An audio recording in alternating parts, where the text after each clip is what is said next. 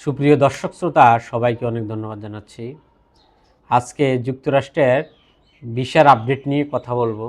তো দর্শক, আমরা জানি যে যুক্তরাষ্ট্রের নন ইমিগ্রেন্ট ভিসায় কিছু পরিবর্তন এসেছে, সে বিষয়ে কথা বলবো।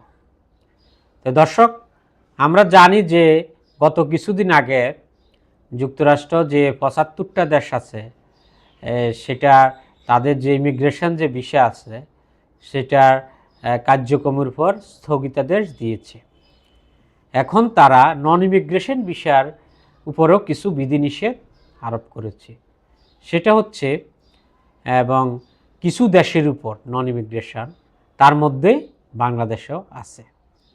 তো আমরা জানি যে পরিবর্তনের মধ্যে তারা আগে সাধারণত আমরা জানি যে B1 B2 যে ভিসা আছে ভ্রমণ এবং বাণিজ্যের জন্য, সেটা তারা 5 বছরের মাল্টিপল ভিসা তারা ইস্যু করেছে।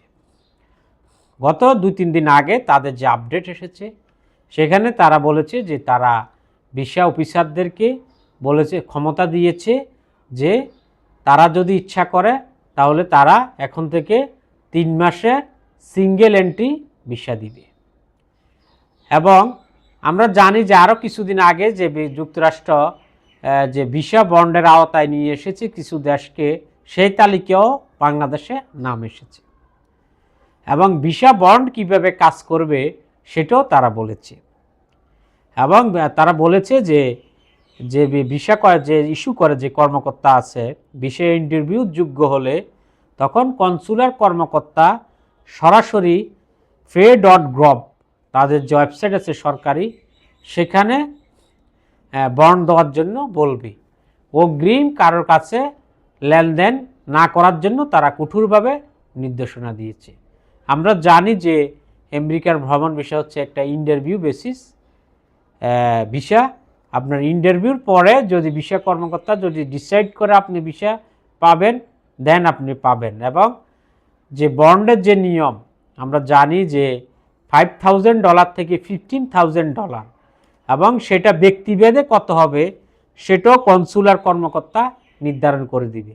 আপনি যখন ভিসা পাবেন তখন কত টাকা তা আপনার জন্য বন্ড কি লাগবে এবং লাগলে কত টাকা, সেটা ভিসা পাওয়ার পর উনি সেটা নির্ধারণ করে দিবেন। এবং ভিসা পাওয়ার 30 দিনের মধ্যে এই বন্ডটা আপনাকে পরিশোধ করতে হবে। এবং যেটা বললাম যে 3 মাসের সিঙ্গেল এন্ট্রি ভিসা দিবে। এবং আপনি যদি এই ভ্রমণ যদি আপনি যদি যে শর্ত পূরণ করে যদি আপনি যদি আসেন তাহলে স্বয়ংক্রিয়ভাবে আপনি আবার টাকা ফেরত পাবেন। এবং শর্ত কি?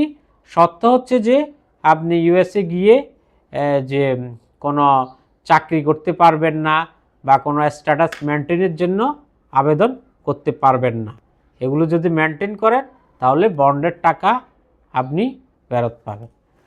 তো দর্শক, আমরা জানি যে গত ট্রাম্প সরকার আসার পরে যা আবার বাংলাদেশি কিছু মানুষের ভিসা যে নিয়মের যে রাফ ইউজ, মানে তারা বিভিন্ন আইন কানুনের লঙ্ঘন করার কারণে দেখা গেছে যে অনেকে ওখানে ট্যুরিস্ট ভিসায় গিয়ে আর আসে না, অ্যাসাইলাম বা বিভিন্ন ধরনের মানে তারা ওখানে থেকে যেতে চায়। এজন্য তারা ওখানে একটা জরিপ করেছে, তার মধ্যে বাংলাদেশও তারা মনে করেছে বাংলাদেশের লোকও এর সাথে জড়িত। এজন্য তারা এই সমস্ত নিয়ম কানুন তারা করেছে। তাই মনে করি যে বাংলাদেশে শুধু আমেরিকা না, বাংলাদেশে আমি সব জায়গায় বলি যে আপনারা যখন যেখানে ভ্রমণ করবেন সে দেশের আইন কানুন মেনে চলবেন।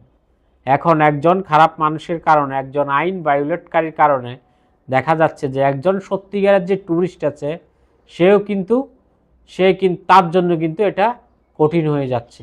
তো দর্শক, আমরা যেখানে যাব সে দেশের ডোমেস্টিক আইন আমরা মেনে চলব। তো সবাইকে অনেক ধন্যবাদ। আসসালামু আলাইকুম।